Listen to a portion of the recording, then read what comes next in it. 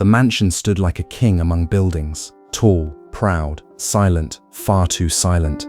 Inside the master bedroom, white and gold luxury dripped from every corner like water from a faucet. Chisom sat on his bed staring at nothing. 30 years old, handsome, powerful, rich enough to buy 3 countries and still have change for expensive food. Yet sleep had rejected him like a bad loan application. He sighed deeply and checked the time. 12:29 in the morning. He froze. Here we go again. He did not even bother closing his eyes because he already knew what would happen. And right on time, at 12:30 in the morning, his eyes snapped open, wide, alert, like someone whispered a warning in his ear. Chisom groaned and fell back on the bed. "Ah, sleep, what did I do to you? Did I offend your ancestors?" Silence answered him as usual. The same silence that had answered him every single night for the past 5 years. 5 years. That was how long this nightmare had been going on. 5 years of staring at ceilings, counting tiles, watching numbers change on his digital clock, watching the night transform into day, watching life happen without him because he could not participate in the simple act of sleeping like a normal human being. He would think about other men his age, men who laid their heads down and just, like that, they were gone into sleep. How easy it looked, how impossible it felt for him. He would envy them. He would envy people on the street for their ability to rest. He would lie awake at 3 in the morning and wonder if he was the only person in the entire world suffering like this. The answer, he would later discover, was no, but in those dark hours, it certainly felt like it. 5 years ago, everything had been different. His parents were alive, the house was noisy. His mother would shout from the kitchen, "Chisom, if you do not come and eat now, I will give your food to the dog." His father would laugh loudly, "Let the boy rest, woman. He is running companies, not chasing goats." Chisom would roll his eyes. "Daddy, please, I am not chasing goats." "Good, because goats will defeat you." Laughter, warmth, life. The memories were like photographs now, vivid but untouchable. He could see his mother's face, could hear her voice calling his name with that particular intonation that only mothers have, could feel the way she would ruffle his hair even though he was a grown man running billionaire companies.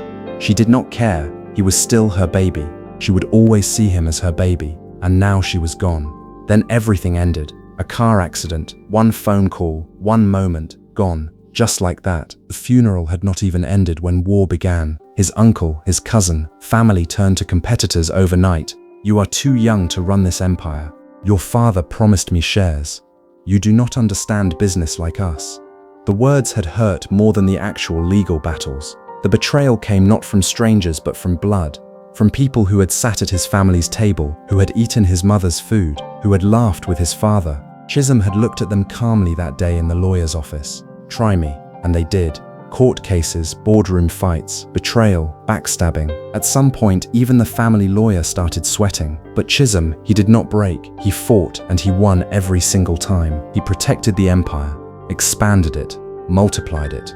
By the time the dust settled, he had consolidated power in a way that made grown men nervous. But while he was winning outside, inside he was losing something quietly: sleep, peace, rest. The doctors said it was stress. The therapists said it was trauma. The spiritual leaders said it was a curse. Chisom said nothing. He just endured, night after night, the same relentless wakefulness, the same emptiness. He began to wonder if success had a price, and if that price was his sanity. Back to the present, Chisom got up and walked to the floor-to-ceiling window. The city lights glittered below like stars that came down to the city just to show off. He folded his arms. "People are sleeping peacefully, just like that," he muttered, as if sleep was free food being shared somewhere, and nobody invited him. He turned back into the room. His bed looked soft, inviting, expensive, useless. "I bought you for comfort, not decoration," he told the bed. The bed said nothing, because even the bed had given up on him. The bedroom was a masterpiece of wealth and emptiness combined. Everything was perfect, everything was beautiful, nothing was helpful. The white marble floors gleamed under the soft gold lighting. The walls were painted a soothing cream color that nobody found soothing. The furniture was imported from Italy. The curtains were from France. The bedding was Egyptian cotton with a thread count so high it had its own accountant. The walk-in closet was the size of most people's bedrooms. The en-suite bathroom had a jacuzzi, a steam shower, and heated marble floors. Everything a man could possibly want for comfort was here. And yet, as Chisom looked around his perfect room, all he could feel was how perfectly alone it was, how perfectly useless all of this was. Chisom had tried everything. One doctor, very expensive, very famous, had adjusted his glasses and said, "You need to relax your mind." Chisom blinked. "My mind runs companies. It does not relax." The doctor had recommended meditation, yoga, mindfulness. Chisom had tried all of these. He had sat in the lotus position on expensive yoga mats. He had burned incense that cost more than some people's monthly rent. He had downloaded meditation apps and listened to guides with soothing voices tell him about peaceful streams and gentle forests. Nothing worked. His mind would not relax. His mind was a machine, and machines do not know how to turn off. Another doctor prescribed strong sleeping pills. The result? Chisom slept, yes, but woke up looking like someone who borrowed sleep and could not pay back. Groggy, confused, worse than before. Once he even greeted his driver. "Good afternoon, my shareholders." The driver almost resigned. The man did not want to work for someone losing his mind. Chisom had laughed at that, a bitter laugh that sounded like breaking glass. He had fired the sleeping pills the same way you fire an incompetent employee. Out, gone, never coming back. Then came the herbalist, a serious-looking man with beads and confidence. "This one is spiritual," the man said, "and this one is serious." Chisom raised an eyebrow. Sleep is now doing juju. The herbalist ignored him and gave him a dark, suspicious-looking liquid. "Drink this." Chisom sniffed it. "If I die, I will come back and sue you." He drank it anyway because at this point he would have drunk anything. That night, nothing happened except stomach pain. Chisom sat in his luxury bathroom at 2 o'clock in the morning. Wonderful. Now I cannot sleep and my stomach is protesting. He spent the entire night running back and forth, and by the time morning came, he was exhausted but still awake. He had never felt worse in his entire life. Then came the prayer warriors. They prayed, they shouted, they anointed. One even laid hands on his pillow like it was a stubborn demon. "You spirit of sleeplessness, come out," Chisom whispered. "If it comes out, please send it back inside my head." Nothing changed. The only thing that changed was his respect for persistence. These people did not give up. They came back, again and again, with louder prayers and more dramatic declarations. They brought water from holy sites. They brought oils from Jerusalem. They brought cloths that had touched the tombs of saints. They did everything with complete faith and absolute certainty. And sleep, stubborn sleep, refused to listen. It was as if sleep itself had become his enemy, a force determined to break him, determined to prove that money could not buy everything.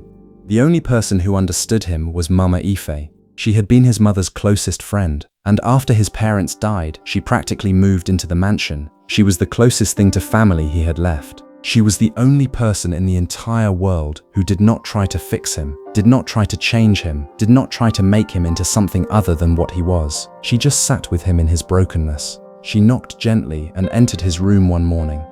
"Did you sleep?" Chisom looked at her. "Yes." She smiled, hope lighting up her face. Then he added, "In my dreams." Her smile disappeared. She walked closer, adjusting his pillow like he was still a little boy. "You need peace, not medicine." Chisom sighed. "Mama Ife, if peace was for sale, I would have bought the factory." She laughed softly. "My son, some things are not bought." He looked away from her knowing gaze, away from the compassion in her eyes. Then they should make it available for billionaires, at least. Later that day, Mama Ife stood outside the mansion holding her small travel bag. "I will go to the village for a few days," she announced. Chisom frowned, immediately feeling the weight of her absence. "Why? I need to see my people." He nodded slowly, though he felt a tightness in his chest. "Do not stay too long," she smiled knowingly. "I will not." Then she added quietly, "Maybe I will bring something back for you." Chisom raised an eyebrow. "Food?" She shook her head. "Better," he scoffed lightly. "Unless you are bringing sleep inside your bag, I am not interested." Mama Ife just smiled, a mysterious, knowing smile that made him wonder what she was thinking. "Oh, I might bring something even better than sleep." Chisom waved her off. "Safe journey."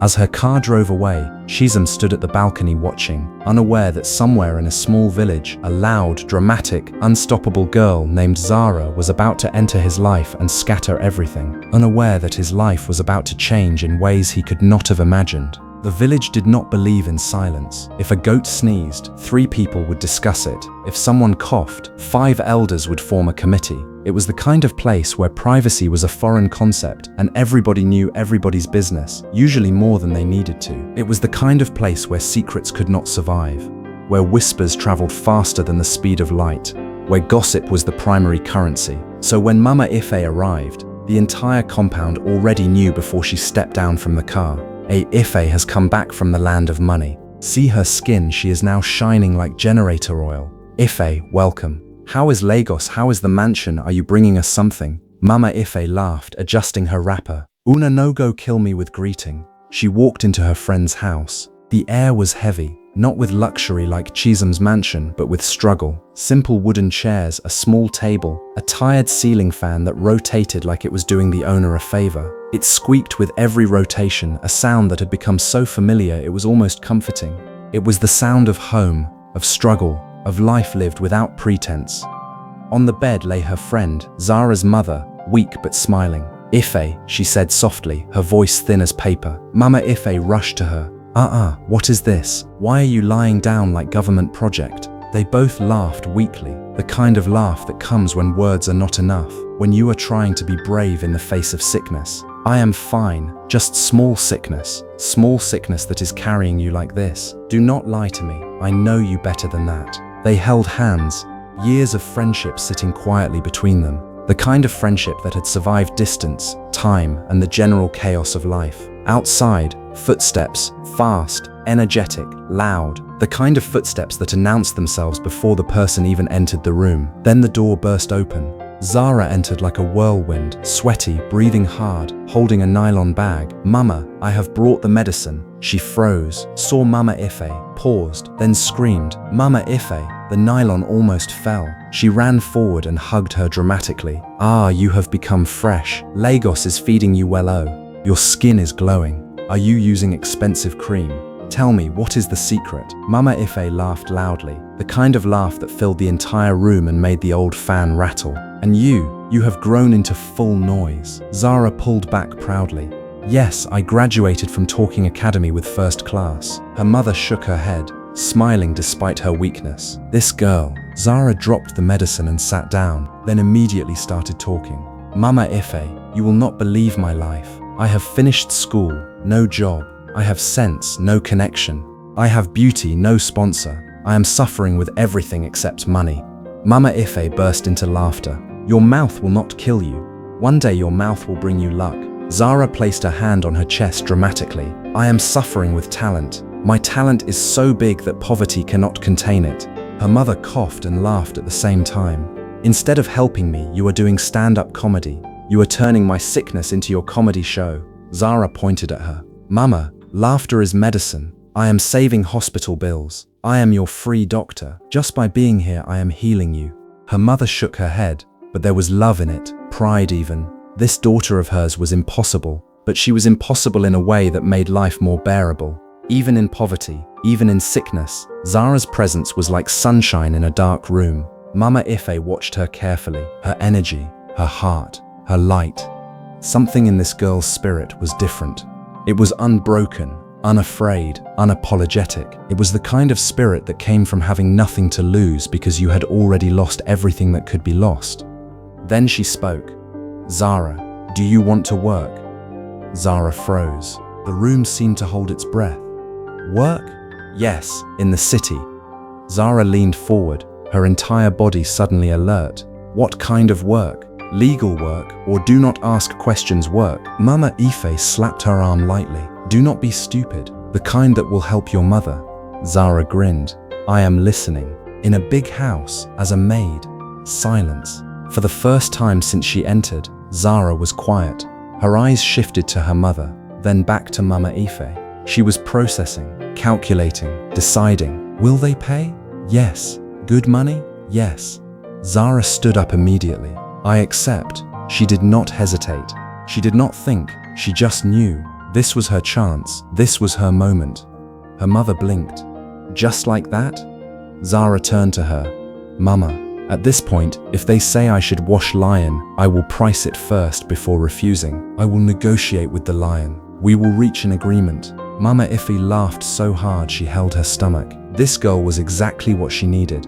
This girl was exactly what Chisom needed, though neither of them knew it yet. The next morning, the sun had barely risen, but Zara was already dressed, bag packed, energy at full volume. Her younger brother stood beside her, half asleep, still confused by why his sister was leaving so early.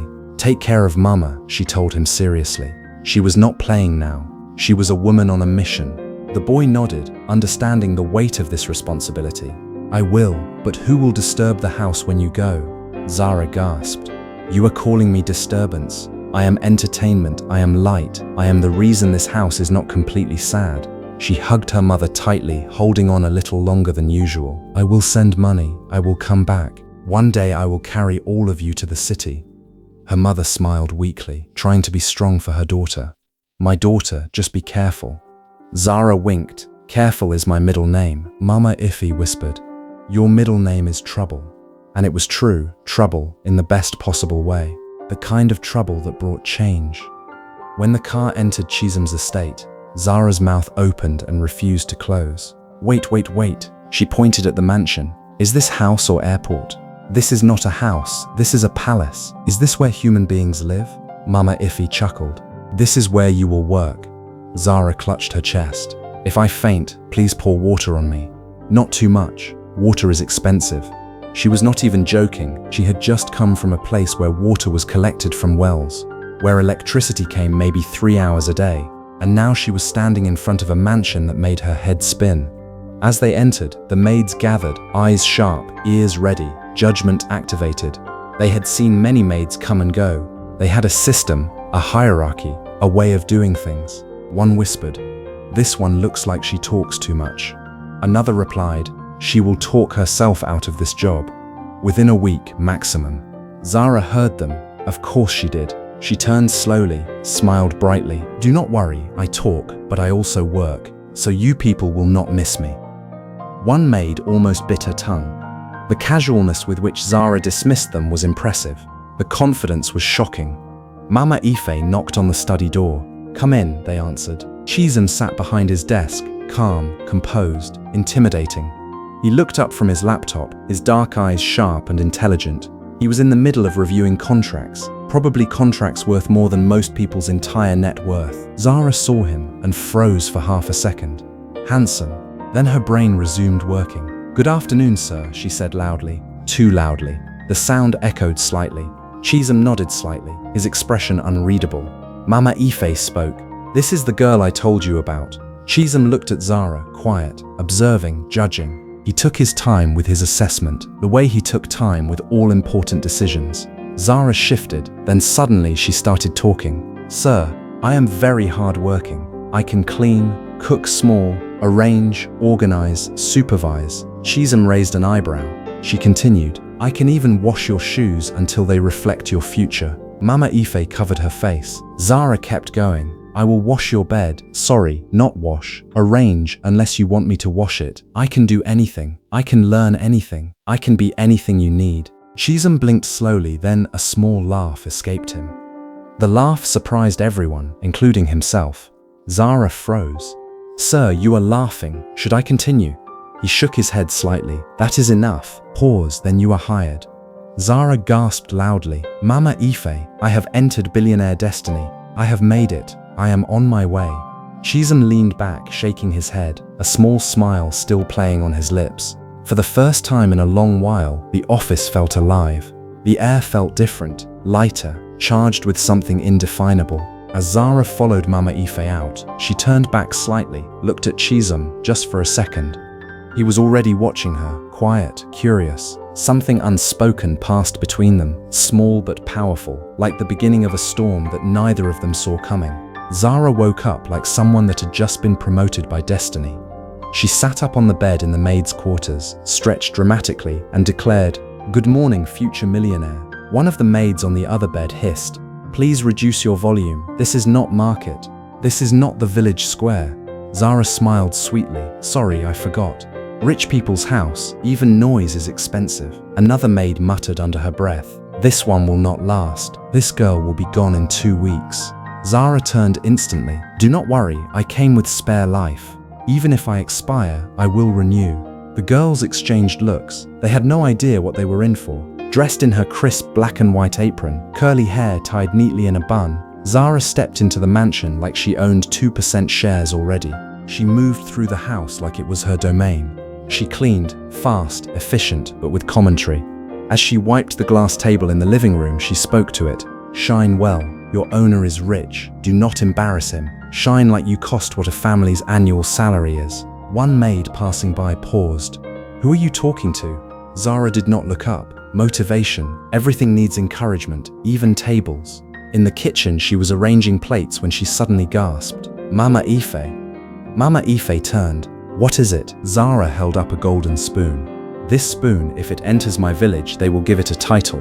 They will form ceremonies for it. They will probably write a song. They will make it a shrine." Mama Ife burst out laughing. "Focus on your work. I am focusing. I am just appreciating wealth." Upstairs, Chisom stood behind his glass window, watching the compound absent-mindedly. He was supposed to be working. He was not working. Then he heard it. Laughter. Loud, uncontrolled, different. He frowned slightly. "What is that noise?" His assistant cleared his throat. "Sir, the new maid." Chisom did not respond, but he kept listening. He kept listening like a man listening to music after years of deafness. Something about that laughter, it did not annoy him. It pulled at something deep inside. It pulled at the part of him that had forgotten what genuine joy sounded like. That evening, Chisom walked into the dining area, then paused. He made a decision. He turned to Mama Ife. "I want dinner in my room tonight." Mama Ife raised an eyebrow slightly. "Your room?" "Yes. You do not usually eat in your room." "No, I do not. But tonight, yes." "Okay." But as she turned away, she smiled to herself. It has started, she knew. Somehow she had known since the moment she saw Zara that day in the village. In the kitchen, Mama Ife handed the tray to Zara. "Take this to his room." Zara froze. His room? Yes. The main room? Yes. The billionaire room? Mama Ife sighed. "Zara, go. Go now. Do not ask more questions. Just go."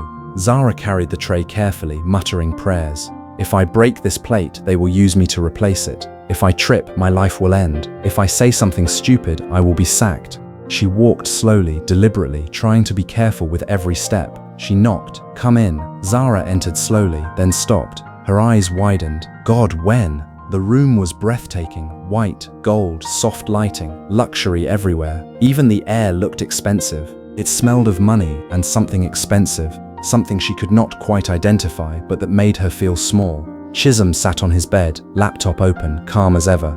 He looked different in his own space, more relaxed, but still powerful, still in control. Zara walked in carefully and placed the tray beside him.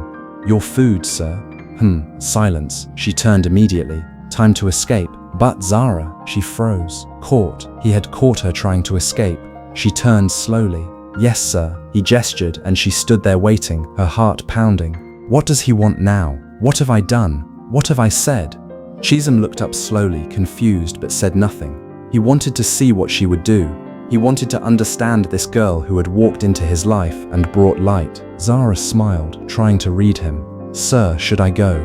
Silence. She nodded. "Okay, I will stay small. I will be quiet. I will be invisible. I will disappear." Chisom blinked once. She started. "Sir, do you know in my village, one goat nearly killed somebody because of insult?" Chisom picked up his spoon. No, he was interested. This was unprecedented. He wanted to hear her story. "Hey, it happened." She leaned forward dramatically, her whole body becoming part of the narrative. "This goat, very wicked goat, somebody insulted its mother." Chisom paused mid-bite. "Goat has mother?" Zara gasped. "Sir, every goat has a mother. How will it be born? Do goats not have mothers where you come from? Does wealth make you forget about goat mothers?" Chisom almost smiled. She continued, acting everything out like she was performing on stage. She became the goat. She became the woman. She became the entire village. The goat looked at her like this. She widened her eyes ridiculously, exaggerating every movement, making herself look insane. Chisom lowered his spoon slightly. "Then what?" Zara lit up. "Ah, you are interested." She stood up halfway, acting the scene with her entire body. The goat started chasing her. The woman ran. Her wrapper fell. The whole village gathered. People were laughing. The woman was screaming. The goat was angry. It was chaos. It was madness. Chisom's shoulders shook slightly, and then a soft laugh escaped him. Zara froze dramatically. She pointed at him. You laughed. He cleared his throat quickly. I did not. You did. I heard it. Should I continue? He shook his head slightly. No, just sit. She sat down on the edge of the sofa, grinning like she just signed a contract with destiny. She talked and talked and talked. Stories, jokes, village drama, observations about his house, observations about the other maids, observations about how expensive everything was. Her voice filled the room, warm, alive, different from anything he had experienced in years. Chisom ate quietly, but his mind was not on the food. It was on her energy, her light, her freedom, something he had not felt in years, something he thought he had lost forever. As she spoke, he found himself thinking about sleep, not about how much he wanted it, but about how he was feeling right now in this moment. And right now in this moment, with her sitting on his sofa, talking about ridiculous things that made no sense but somehow made complete sense, he felt something close to peace. He felt something close to normal. He felt something close to alive. Then slowly, her voice began to fade. Her words slowed. Her hand that had been gesturing dramatically dropped to her lap. Her body relaxed, her head tilted, and suddenly silence. Chisom looked up. Zara had fallen asleep on his sofa, just like that. Mouth slightly open, peaceful, unbothered. She had talked herself to sleep. She had worn herself out with stories, and suddenly exhaustion had claimed her. Chisom stared at her, unbelievable. He stood up slowly, walked to her. For a moment, he just looked, really looked at this girl who had walked into his life like a hurricane and somehow brought calm. She was not beautiful in the traditional sense. She was beautiful in the sense that mattered. She was beautiful because she was real. She was beautiful because she did not try to be anything other than what she was. Then he picked up a blanket, covered her gently, careful, soft, like she might break. He adjusted it so that it covered her shoulders, so that it kept her warm. He stepped back, still watching her. Something in his chest softened. Something that had been hard for 5 years began to crack open. Something began to melt. Chisom returned to his bed, laid down, stared at the ceiling. The room was quiet, only the sound of her soft breathing. He thought about the last 5 years.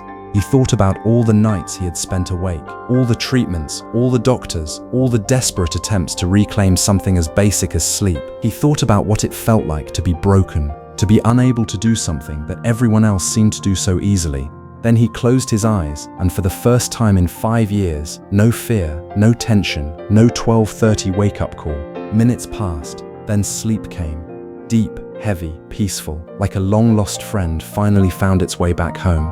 On the sofa, Zara slept peacefully, without knowing what she had done. On the bed, Chisom slept deeply, without knowing how. But somewhere in that quiet, beautiful, gold and white room, something had changed.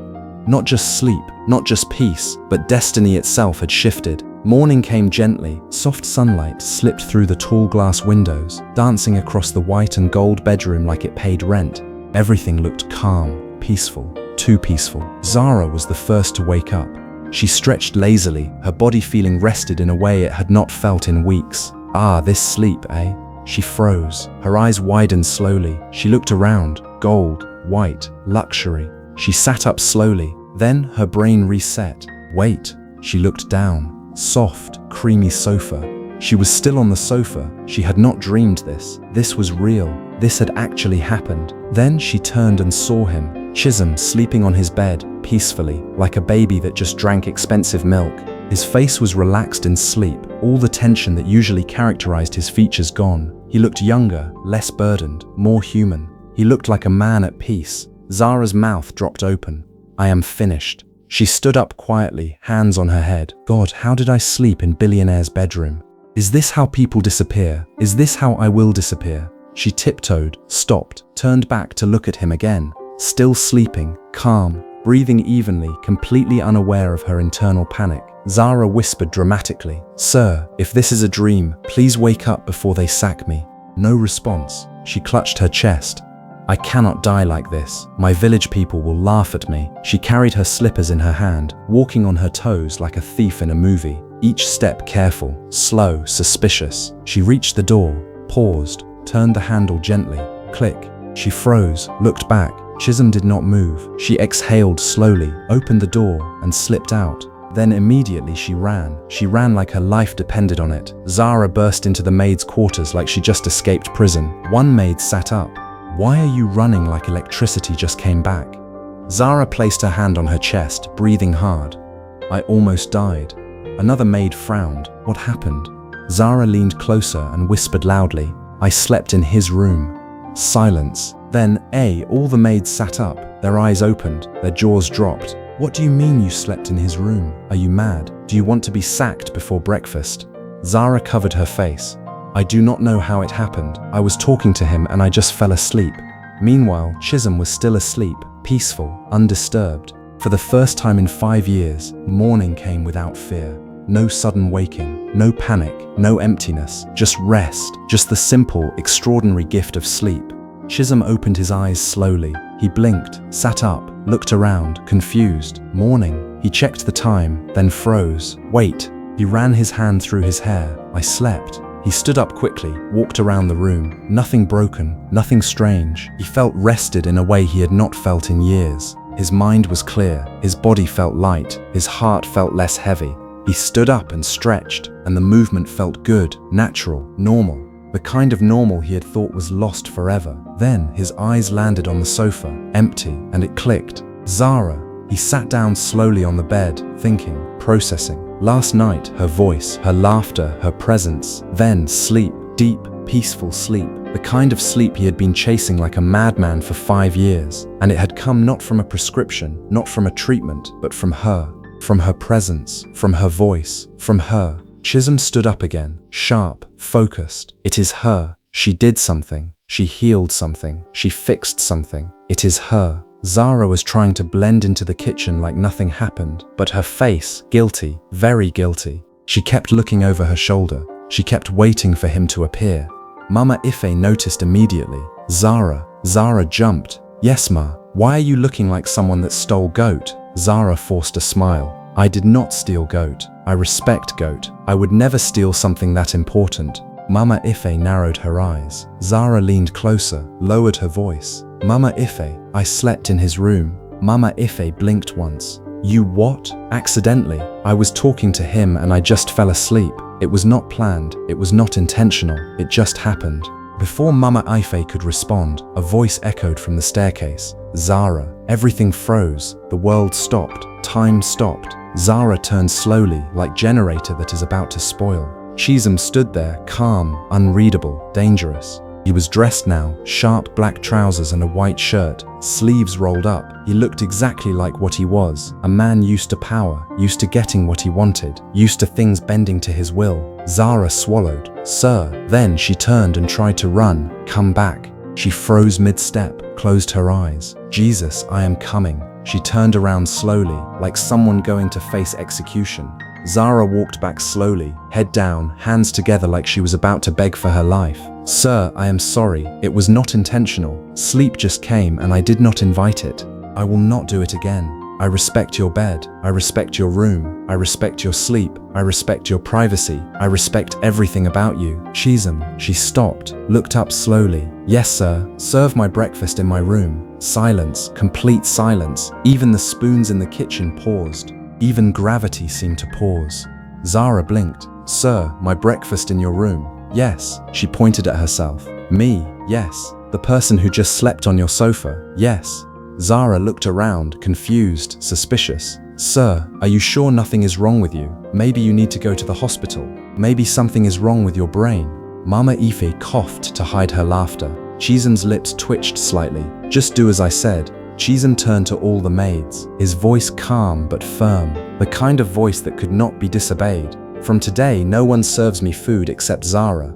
Gasps filled the room. Shock, jealousy, confusion. One maid whispered, Ha, it has happened. Another muttered, This girl used something. What did she use? What juju did she use to make the billionaire make such a decision? Zara stood there, still confused, still shocked, still trying to understand her life and what was happening to it. Everything was moving too fast. The maids were already gathered like early morning news reporters. Did you hear what he said? Only Zara will serve him food. Huh? This is no longer maid work. This is promotion with benefits. This is destiny. This girl came and changed everything. Nodzi whispered, trying not to laugh. Maybe she will soon collect staff of office. Maybe she will soon have a title. Another maid hissed. Do not joke. This thing is serious. This girl came yesterday, and she is already taking over. She is moving too fast. What kind of power does she have? In the kitchen, Zara stood in front of the breakfast tray like it was an exam she did not study for, like it was a test that would determine her entire future. Bread, eggs, tea, everything arranged perfectly. She folded her arms. So, now they do VIP service now. What have I done? Am I cursed or blessed? What is this? Mama Ife entered quietly, wisely. Zara jumped. Ma, carry the food. Zara leaned closer. Mama Ife, are you sure he is okay? Because this behavior is behaving somehow. There is nothing wrong with him. He is fine. He is better than fine. He has never been better. Just carry the food and go. But before Zara could protest, Mama Ife turned away, and that knowing smile was still on her face. A smile that said she understood something that Zara did not. A smile that said this was exactly what was supposed to happen. A smile that said everything was going according to plan. Zara picked up the tray slowly. Her hands were shaking. If anything happens to me, please tell my mother I tried. She said this like she was going into battle. She walked through the long, polished hallway, each step echoing like drum beats. Do not fall. Do not say anything stupid. Do not do anything stupid. Just walk. Just breathe. She reached his door, paused, took a deep breath, knocked. Come in. Her heart jumped. She entered the same room. White, gold, calm, dangerous for her destiny. Chisom sat on the bed, already awake, looking like a man that had slept for the first time in forever, which he had.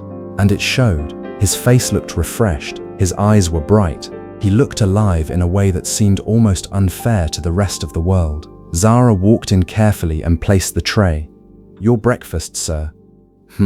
Silence. She turned immediately. Time to escape. But Zara, she froze, caught again, closed her eyes briefly. Yes, sir. She turned slowly. Chisom looked at her, calm, observing, reading her like a book he wanted to understand completely. Then he said, so, no story today. Zara blinked. Story? Yes. Yesterday you talked like radio station. Today you were quiet. Zara straightened instantly. Ah, sir, that one was mistake. I have corrected my behavior. I am now a silent maid. I am going to be seen and not heard. I am going to blend into the walls. I will be like a ghost. He leaned back slightly. I knew you existed last night. Zara's eyes widened. Sir, you slept in my room. She gasped. I said sorry. He did not complain. She paused, confused, very confused. You did not. No. Zara looked around like hidden cameras were watching her. This is suspicious. This is very suspicious. This does not make sense. Why would a man allow a maid to sleep on his sofa and then ask for more stories? Chisom gestured. Sit. Zara jumped back. Sit where? He pointed at the chair. Zara placed her hand on her chest. Sir, I am just a maid. Oh, if I sit here, my ancestors will faint. They will think I have forgotten my place. Chisom almost smiled. Sit. She slowly sat down like someone entering a dangerous contract. Back straight, eyes alert, ready to run. Chisom started eating. Zara watched him, then looked at the food, then back at him. Sir, are you sure this food is not poisoned? He paused mid-bite. Why would it be poisoned? Zara shrugged. Because my life is moving too fast. Something must be wrong. Something must be terribly wrong. When life moves this fast, there is always poison somewhere. Chisom chuckled quietly. Eat. I made this breakfast. No, Mama Ife made it. Then it is not poisoned. She only poisons slowly. She is traditional like that. She has values. Chisom laughed openly at that. As they ate, something shifted. The silence was not awkward anymore. It was soft, comfortable, different. It was the kind of silence where neither person felt the need to fill it with unnecessary words. Chisom looked at her again. Really looked. Her expressive eyes, her lively face. The way she could not stay quiet even when she tried. The way her hands moved when she spoke. The way her whole face lit up when she was amused. The way she seemed completely unbothered by the vast difference in their stations in life. The way she treated him like he was just a man, not a billionaire, not a powerful business tycoon, just a man. Chisom continued. You want me to talk, yes. Zara dropped her spoon dramatically. Sir, you do not know what you are asking for. I do. You will regret it. I will not. She leaned forward slowly. Do not say I did not warn you. Chisom relaxed. Continue. And just like that, Zara came alive again. Sir, let me tell you what happened in my street one time. She started acting, talking, gesturing, her voice filling the room again. Chisom ate slowly, listening, watching. Something about her presence made everything lighter, easier, alive. He did not interrupt, did not stop her, did not want to. He was watching her the way a man watches a sunrise after being in darkness for too long. Meanwhile, the maids were restless downstairs. She has been there too long. What are they doing inside?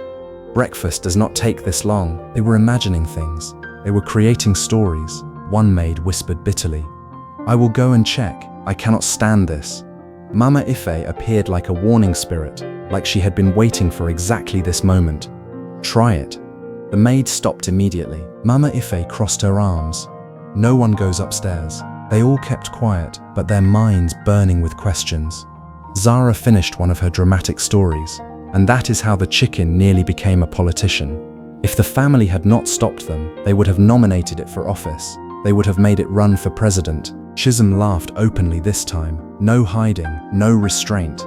His laugh came from deep inside, from a place that had been locked for years. Zara froze, then smiled slowly. You like my stories. He did not deny it. They are interesting. She placed her hand on her chest proudly. I am a full package. I am the complete deal. Everything you could possibly want. He looked at her quietly, something deeper in his gaze now. Not just amusement, not just curiosity. Something warmer, stronger, dangerous. Something that looked a lot like falling. Zara stood up quickly. I should go and work. Chisom did not stop her, but his eyes followed her, careful, thoughtful, like he was trying to memorize her. As she reached the door, she paused, turned slightly, looked at him. Sir? Yes. Why me? He held her gaze. For now, I do not know. A small pause, then he added quietly, but I will find out. There was a promise in those words. Zara stepped out of the room slowly, her heart beating faster than normal. This work is not normal, she whispered to herself. This man is not normal. This situation is not normal. But even as she said it, she knew that she did not want normal. She wanted this. She wanted him, though she was terrified of admitting it.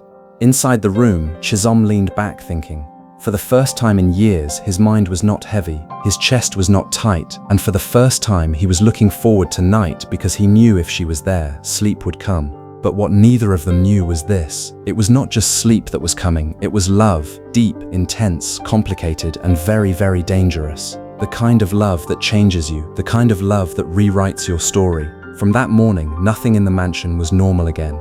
Before, Chisom used to dread night. The nights were his enemy. They stretched on endlessly. They tortured him with wakefulness. Now he was waiting for it, waiting for dinner, waiting for stories, waiting for her, waiting for the moment when she would appear in his room and bring light. His entire existence began to revolve around the moments when Zara would appear. He would feel his heart speed up when he heard her footsteps in the hallway. He would feel his entire body relax when she walked through the door. Even his schedule began to change. Meetings ended faster. Calls became shorter. His business partners noticed. One confused business partner asked on the phone, Sir, are you okay? You sound happy. Chisom paused. Is that a problem? The man panicked. No, sir. Happiness is good, very good. Please continue. That evening, she walked into his room again with dinner. Sir, today's story is premium. I even practiced it in the kitchen. Chisom looked up. You practiced? Yes, I do not deliver low-quality stories. I have standards. I am a professional storyteller. Even though I am a maid by day, I am an artist by night. He leaned back slightly. Proceed. She placed the tray, sat comfortably like she owned shares now, like she belonged here, like this was her room too, and began. Sir, one time my neighbor wanted to impress a girl. Chisom already knew this would be chaotic, and he was right. As Zara acted the entire story, voices, expressions, even background sound effects, Chisom laughed. Not small laughter, not hidden laughter, full, free, uncontrolled. The kind of laugh that comes from the belly. The kind of laugh that comes from happiness. At one point he held his stomach. Stop, this is too much. I cannot breathe. Zara clapped excitedly. I knew it. This story has never failed. She stood up, bowing dramatically. Thank you. Tickets are sold out. But we can arrange for a second showing. Limited time engagement. Chisom shook his head, smiling. You are unbelievable. Zara pointed proudly. I am limited edition. This is not just any maid. This is premium service. Days passed, and something inside Chisom changed completely. He started noticing things, small things. The way Zara laughed without fear, the way she spoke without calculation, the way she brought life into a house that had forgotten how to breathe. He noticed the way her eyes crinkled when she smiled, the way she tucked her hair behind her ear when she was thinking, the way she used her whole body to tell stories. He noticed the way she cared about the smallest things, the way she thanked people for doing their jobs, the way she said good morning to the other maids even when they were mean to her. He noticed everything, and none of it bothered him. All of it delighted him. All of it made him feel more alive than he had felt in years. One evening, after she left his room, he whispered to himself, "What is happening to me?" But deep down, he already knew. He was falling. He was falling for this girl who slept on his sofa, who made him laugh, who had given him sleep. He was falling hard. Back in the maid's room, Zara sat on her bed staring into space.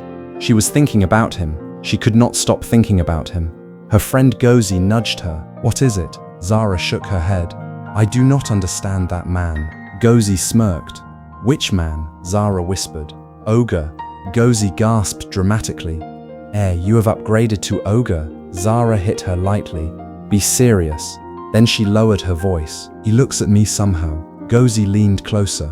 "How?" Zara struggled to explain. "Like he is seeing something only he can see. Like he is looking through me to something deeper inside me. Like I matter to him in a way that does not make sense. Like he sees me as more than a maid." Ngozi grinned. "My dear, that is called interest." The next day, Chisom sat in his car thinking. He was supposed to be going to a meeting. Instead, he was thinking about Zara. He was thinking about the way she made him feel. He was thinking about what he could do, what he could offer her, how he could make this right. He could not let her go. He would not let her go. Then suddenly, he turned to his driver. "Stop at the mall." The driver blinked. "Sir, stop." The driver had never seen him do anything like this. Inside the luxury boutique, Chisom stood surrounded by expensive dresses. The attendant smiled politely. "Sir, what are you looking for?" He paused, then said simply, "Something beautiful." "For who, sir?" He did not hesitate. "For someone important. She is very important. She is the most important thing that has happened to me in a long time." Minutes later, he held it, a creamy, elegant dress, soft, classy, stunning. The kind of dress that made a statement without screaming. Just like her, he thought, then caught himself. It was perfect. It was her. Wrap it. Back at the mansion, Chisom walked into the living room. All the maids straightened immediately. "Ogre is back." He looked around. "Zara." She appeared from the kitchen. "Yes, see." He handed her the bag. She paused, immediately understanding that something was happening. Something big. "Sir, open it." Zara opened it slowly, pulled out the dress, and froze. Her mouth opened, closed, opened again. "Sir, this dress can pay my rent till Jesus comes back, until I die, until I become an ancestor." The maids gasped.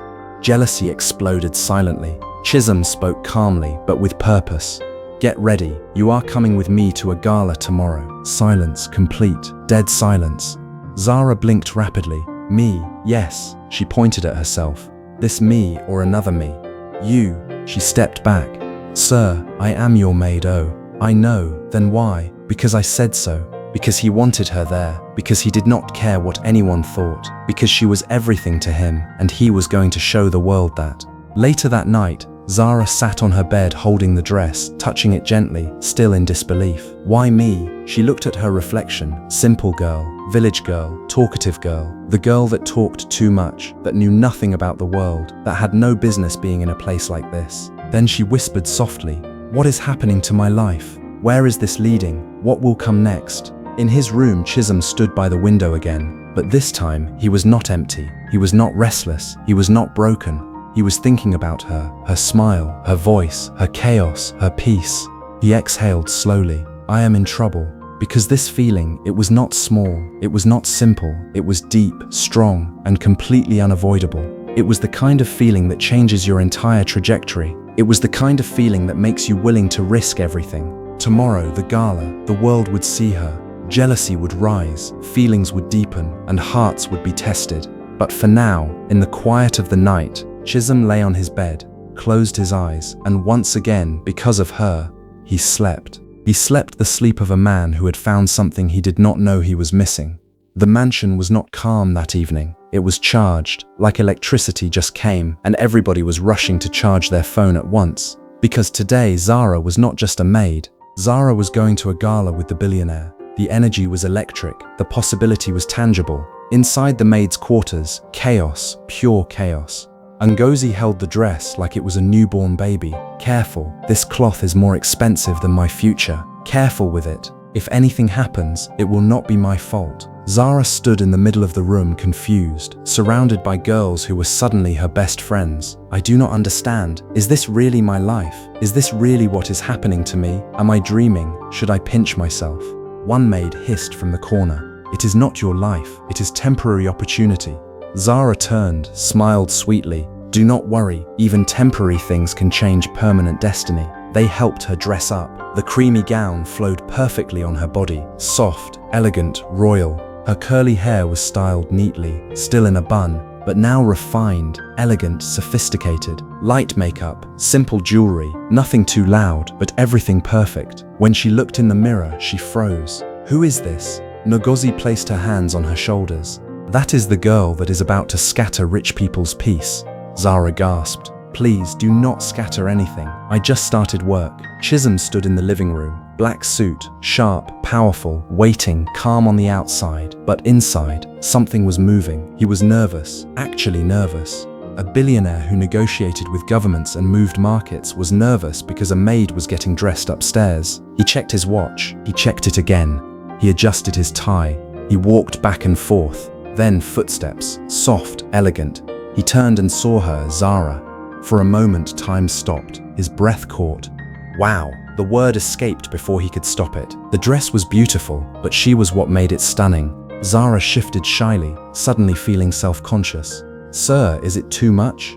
He shook his head slowly. It is not enough. She blinked. Eh? You look. He paused, searching for words, searching for a way to explain what he was feeling. Dangerous. Zara's eyes widened. Dangerous? I knew it. This dress is not safe. It might start a war. It might cause accidents. Chisom laughed softly. No, not that kind of dangerous. She blinked, waiting for explanation. The kind of dangerous that makes a man forget his own name, he almost said. But instead he just looked at her, and his look said everything that words could not. Mama Ife appeared behind them, smiling like she just won a lottery. She had been waiting for this moment. My children, go before I start crying. Zara whispered. Why are you calling us children? This is suspicious. But Mama Ife just waved them away, her smile knowing, her heart full. She knew. The car pulled up to the grand gala venue. Lights, luxury, rich people everywhere. Cars that looked like they did not greet potholes. The kind of place where wealth was on display, where status was everything, where connections determined your worth. Zara held her breath. Sir? Yes? If I embarrass you, please pretend you do not know me. Chisom glanced at her. Too late. He stepped out, walked to her side, opened the door, held out his hand. Zara stared at it. This hand is official? Take it. She placed her hand in his, softly, carefully, and together they stepped into the night. The moment they entered, heads turned, eyes widened, whispers spread like wildfire. Is that Chisom? Who is that girl? She is beautiful. She is not from our circle. Where did he find her? The whispers were like a wind that followed them everywhere. Zara leaned closer. Sir, they are talking about me like I stole something. Chisom's voice was calm. Let them talk. She nodded. Okay, but if they insult me, I will respond. He almost smiled. I know. And he did not try to stop her. And then she appeared, Chisom's ex, elegant, tall, dressed like money itself. But her smile, sharp, dangerous, calculated. She was everything that Zara was not. Polished, refined, connected. But she was also cold in a way that made the room feel colder when she walked through it. She walked toward them slowly, like a predator approaching prey. Chisom's expression hardened slightly, controlled, careful. The ease that had characterized his evening with Zara disappeared. Good evening. Scanning, judging, dismissing. And who is this? Before Chisom could speak, Zara stepped forward, smiling brightly. Good evening, Ma. I am, she paused, looked at Chisom, then back at the woman. Important. Chisom choked on a laugh. The ex raised an eyebrow. Important? Zara nodded confidently. Yes, very important. Even I do not understand how, but I am important. Trust me on this. That is why I am here. Chisom turned slightly, hiding his smile. He was proud of her, so very proud. The ex's eyes hardened. Throughout the night, it was obvious, painfully obvious. Chisom did not leave Zara's side, not once. He introduced her to people, protected her, watched her, like she mattered, like she belonged. And that burned. The ex watched from a distance, glass in hand, eyes cold. By the time they left, Zara was fully drunk, happy, talking nonsense. "Sir, you are a good man. I approve you. I think we should get married. Yes, marry me tomorrow. Let us elope." Chisom shook his head, smiling helplessly. "You are unbelievable." He carried her into the car, gently, carefully, like she was something precious. He carried her upstairs into his room, laid her gently on the bed. She mumbled softly, "Sir, do not sack me." His heart tightened. "I will not." She smiled in her sleep. "Good, I need this job. I have dreams." Chisom sat beside her for a moment, watching her, quiet, soft, real. She was not beautiful in the traditional sense. She was beautiful in the sense that mattered. She was beautiful because she was real. She was beautiful because she did not try to be anything other than what she was. Then slowly he lay down beside her, exhausted, peaceful. And once again sleep came, deep, easy, natural. That night they slept, close, calm, unaware that everything had changed, because by morning nothing would be the same again. Morning did not come quietly, it came with drama.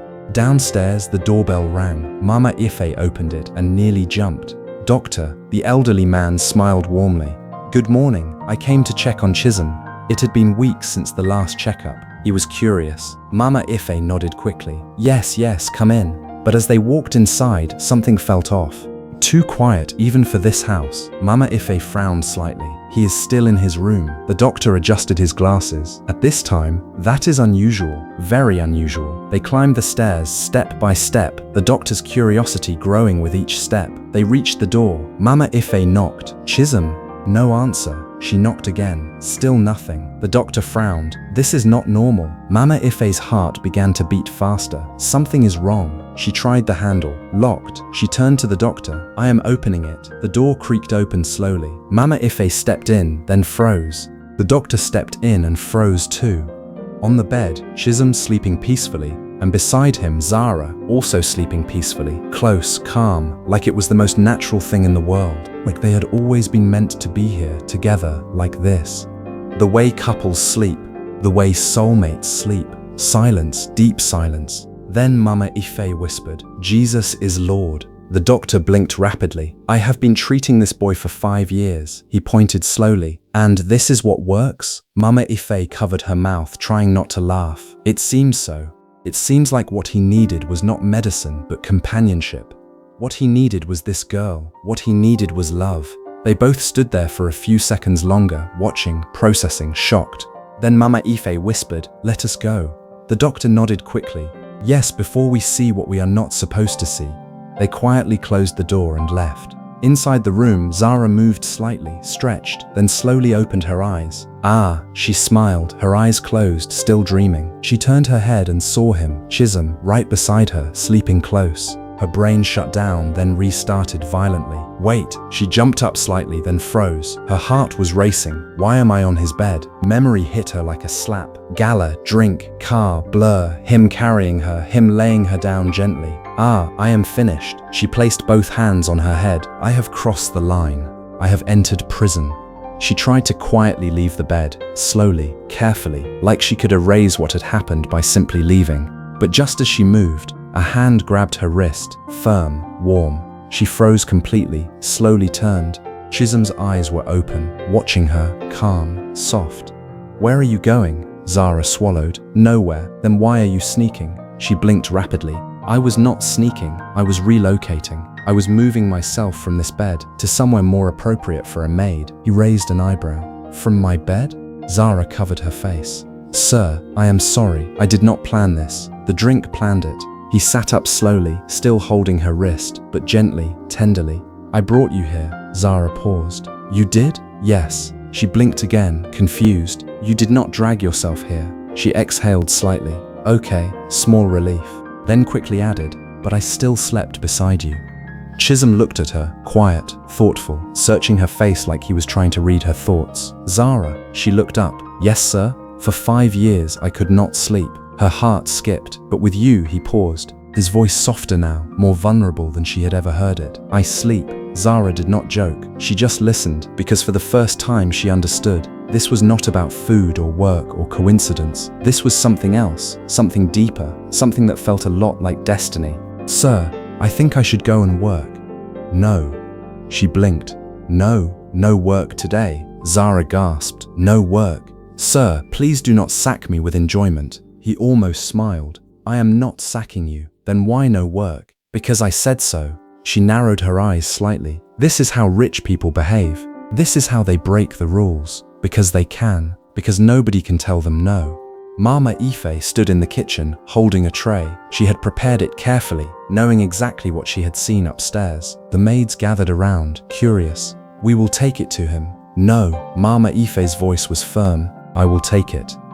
They all went quiet. Something told them today was not a normal day. Something had shifted. Something had changed. Mama Ife entered the room quietly, placed the tray, looked at both of them, smiled knowingly, then left. She did not say a word, but her smile said everything. Zara stood awkwardly. I am sorry Mama Ife saw me like this. Chisom shrugged slightly. She is not blind. Zara covered her face again. I cannot face her in this life. I will have to move to another country, start a new identity, change my name. Chisom gestured, sit. Zara hesitated. Again, yes. They started eating, quiet at first. Then Zara spoke softly. Sir? Yes. This thing that is happening, she struggled for words. Is it normal? Chisom looked at her. Honest? No. She nodded slowly. I knew it. Then she added, but I do not hate it. He held her gaze. Neither do I. Silence again. Then Chisom spoke. I think about you. Zara froze. I wait for you. Her heart raced. I feel different when you are around. She swallowed hard. Chisom. She looked at him. Then he said it. I love you. Zara blinked once, twice. Then she stood up suddenly. Sir, wait. She started pacing. This is serious. This is very serious. This cannot be happening. This is not how life works. This breaks all the laws of mathematics and logic and common sense. This is impossible. Chisom watched her, amused but also serious. She pointed at him. You are billionaire. Yes. She pointed at herself. I am maid. Yes. She clutched her head. This equation is not balancing. This does not make sense. This breaks everything I thought I knew about the world. How can a billionaire love a maid? How can this work? The world will never accept it. Chisom laughed softly. It will. She stopped, looked at him, heart beating fast. Are you sure? He stood up slowly, walked closer, very close. I have never been more sure of anything. Zara looked at him, really looked at him, not as her boss, not as a billionaire, but as a man who could not sleep until she came, a man who was willing to break every rule, cross every boundary, ignore every judgment just to be with her. Her voice softened. You are serious? Yes. She smiled slowly, small, shy, trembling slightly. But I will still talk too much. He smiled back, and in his smile was acceptance. Complete, unconditional acceptance. I know. As Zara stepped out later, all eyes were on her. One maid whispered, It has happened. Another replied, No, it has just started. And they were right, because love had entered the mansion, real love, messy love, dangerous love, and nothing would ever be the same again. From that morning, the mansion changed completely. Chisom was no longer just the cold, untouchable billionaire. Now he smiled, he laughed, he even waited outside the kitchen sometimes. Yes, the same man that owned companies, jets, and half the city was standing near pots of stew, just to catch a glimpse of Zara, just to hear her voice, just to be near her. And then the ex returned, uninvited, unsmiling, dangerous. She walked into the mansion like she owned part of the air. Chisom, his expression hardened slightly. What do you want? Her eyes shifted to Zara, standing there calm, unshaken. She was making tea, she was doing her job, she was unbothered. She is not your level, Zara responded immediately. Madam, level is not by money, it is by peace, and I have it. And you, well, you seem very far from peace. Silence, sharp, heavy. Chisom looked at Zara, and something in his chest tightened. Pride, pure pride. He was proud of her. That night, Chisom stood in front of everyone, staff, silence, complete silence, every eye on him. The moment had come. He had made his decision. I want to make something clear. All eyes on him. Zara is not just a maid in this house. Murmurs spread. What is he saying? He continued, speaking from his heart. She is my choice. gasps, shock, jealousy, everything exploded quietly. Then he turned to Zara, walked to her, held her hand, right there in front of everyone, and "I will marry her." Zara froze. "Sir?" He smiled softly. "I told you, I am serious." She looked around, at the maids, at Mama Ife, at the world that suddenly felt too big and too small at the same time. Then she whispered, "Will there be food at the wedding?" Chisom blinked. "What?" She nodded seriously. "Because I cannot attend any event without food. I have standards. I have requirements." The entire room burst into laughter. Even the jealous maids could not hold it. Chisom shook his head. "Yes, Zara, there will be food." She smiled widely. "Then I agree. I agree to marry you. I agree to this crazy, impossible, beautiful thing." Their wedding was not small. It was not quiet. It was not normal. It was grand, beautiful, filled with people who once whispered, now watching in disbelief. The church was packed with family, friends, business associates. Zara walked down the aisle, not as a maid, but as a queen, her creamy dress flowing like royalty, brighter than the chandeliers. Chisom stood waiting, calm, certain, at peace. He stood there and waited for her, and when she reached him, he took her hand like he was taking ownership of his entire future, like he was making the most important choice of his life. That night, after everything, after the noise, the celebration, the laughter, they returned to the same room, white, gold, beautiful, but now different because it was no longer empty. It was a room full of hope, full of possibility, full of love. Zara jumped on the bed dramatically. "Ah, my new office," Chisom laughed. "This is your office?" "Yes, I will be managing this bed full time. I will be the CEO of this bed. I will have employees. I will have a business plan." He lay beside her, pulling her close, softly. "Stay." She looked at him. "I am not going anywhere. I am exactly where I want to be." That night, Chisom closed his eyes and sleep came. Not because of medicine, not because of exhaustion, but because of love. Real, deep, peaceful love. The kind that silences storms, the kind that heals wounds, the kind that brings a man back to life. The mansion was no longer quiet. Now it was filled with laughter, arguments, drama. "Chisom, you ate my chicken. It is our chicken." "No, it was emotionally mine." Mama Ife would shake her head. "These two will not kill me." She would say this while smiling, while serving them more food, while making sure they were happy. Sometimes what you are searching for is not in wealth, power, or control. It is in the most unexpected person. Love can heal what medicine cannot, and peace comes when the right person enters your life. Sometimes the answer to your deepest question comes not from therapy or treatment, but from another human being who sees you, who understands you, who loves you completely and without reservation. Sometimes the greatest gift is simply being seen, being known, being loved. As weeks turned into months, Zara and Chisom built a life together. She still did some household work because she wanted to, because she loved the work, because it gave her purpose. But now she was also the mistress of the house, the keeper of Chisom's peace, the reason he could sleep, the reason he could dream, the reason he could live. They traveled, they laughed, they fought, they made up, they lived like people who had been given a second chance and had no intention of wasting it. They went to the village to visit her mother, and Chisom stood in that small room with the squeaky ceiling fan, and he understood what Zara was made of. He understood where her strength came from. He understood why she was so unafraid of the world. Her mother looked at him with tears in her eyes. "You brought my daughter back to me. You gave her a life." He held her hand. "She gave me my life. She gave me sleep. She gave me peace. She gave me everything." Mama Ife watched them with joy in her eyes. She had known. From that first moment in the village, she had known that something miraculous was about to happen. She had known that Zara was the key to unlocking Chisom's heart. She had known that love was coming. And she had been right. She had been completely and absolutely right. Thank you so much for watching this story all the way to the end. If you loved this story and you want me to continue with another story like this, please drop a comment down below right now saying that you loved it. Tell me where you are from and what you thought about this story. Tell me whether you have ever experienced a moment where love healed something broken inside you. Tell me whether you have ever been the kind of person who brought light to someone's darkness. Tell me whether you believe that sometimes the greatest moments of our lives come from the most unexpected places. Also, do not forget to subscribe to this channel and turn on the notification bell so you will be the very first to know once the next story is uploaded. Like this video, share it with someone you love, share it with someone who needs to hear this story. Share it with someone who might understand that sometimes the greatest gifts in life have nothing to do with money and everything to do with presence, peace, and unconditional love. Thank you once again for watching, and I cannot wait to see you in the next story.